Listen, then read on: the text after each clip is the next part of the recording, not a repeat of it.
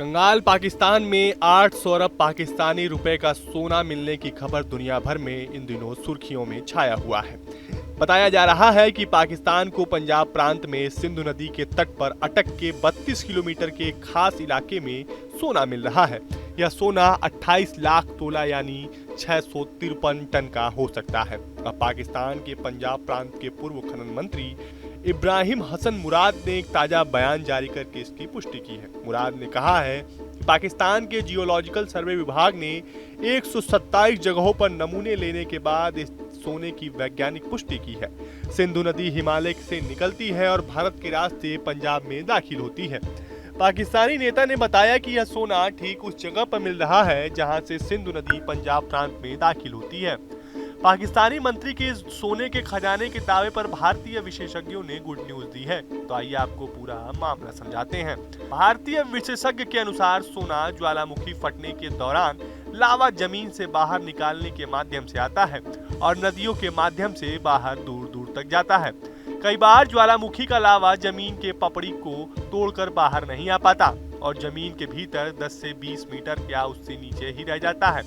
Scientific सर्वे के तरीके से सोने के खदान को ही 10 से 20 मीटर जमीन के नीचे खोजा जाता है। उन्होंने कहा कि सोना प्राकृतिक होता है, जमीन के अंदर पाया जाता है और निचले इलाके से पानी के रास्ते यह आता रहता है।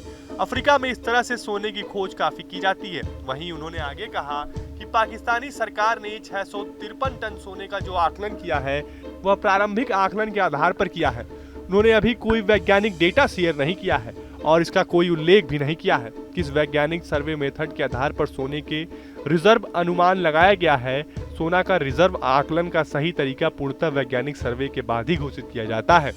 अब वैज्ञानिक सर्वे के बाद ही गोल्ड रिजर्व की विश्वसनीयता प्रूफ होती है। आपको बता दें कि झारखंड में बहने वाली स्वर्णरेखा नदी में भी सोना मिलता है और वहां पर कई लोग पानी और रेत में सोना ढूंढते हैं। पाकिस्तानी नेता इब्राहिम हसन मुराद ने दावा किया है कि इस खोज से पाकिस्तान की किस्मत बदल सकती है। इससे आने वाली पीढ़ियों के लिए एक नया अवसर पैदा हो सकता है। उन्होंने कहा कि 18,000 एकड़ से ज्यादा का इलाका है जहां पर यह सोना मिल सकता है। उन्होंने कहा कि जब सिंधु नदी हिमालय से होकर यहां आती है तो सोने के छोटे छोटे टुकड़े उसमें आकर बैठ जाते हैं। इसके बाद जब सर्दी के मौसम में सिंधु नदी का पानी कम होता है तो लोग सोने की खोज करने के लिए आ जाते हैं। उन्होंने बताया कि इस पूरे इलाके के 9 ब्लॉक हैं और सबसे बड़े ब्लॉक में 155 अरब रुपए का सोना हो सकता है। इब्राहिम हसन ने बताया कि पाकिस्तान को इस सोना को निकालने के लिए अपने दोस्त देशों की मदद लेनी पड़ सकती है। उन्होंने कहा कि यह सोना कई सालों से चोरी हो रहा है। सरकार इस चोरी को रोके।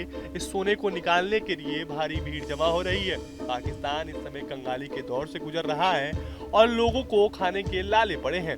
वहीं पाकिस्तानी जनता भयानक महंगाई से जूझ रही है।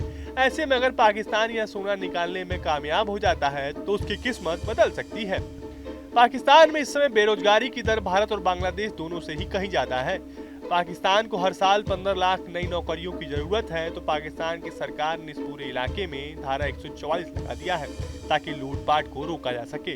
वहीं पंजाब के पड़ोसी प्रांत खैबर पख्तून में भी सरकार अब सोना तलाशने जा रही है जहां से सिंधु नदी गुजरती है। वहीं आगे उन्होंने बताया कि सिंधु नदी हिमालय के जिस इलाके से निकलती है वहां अभी भारत सरकार ने बहुत खोज नहीं की है। हमारे यहाँ बहुत काम किया जाना बाकी है। हिमालय में टेक्टोनिक गतिविधियां होती रहती हैं। सोना मैग्मा के जरिए बाहर आता है और फिर पानी के रास्ते पाकिस्तान पहुंच सकता है।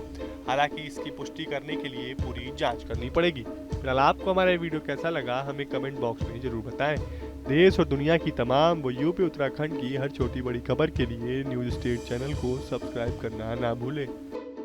न्यूज नेशन अब व्हाट्सएप पर खबरों के ताजा अपडेट के लिए न्यूज नेशन के इस QR कोड को स्कैन करें।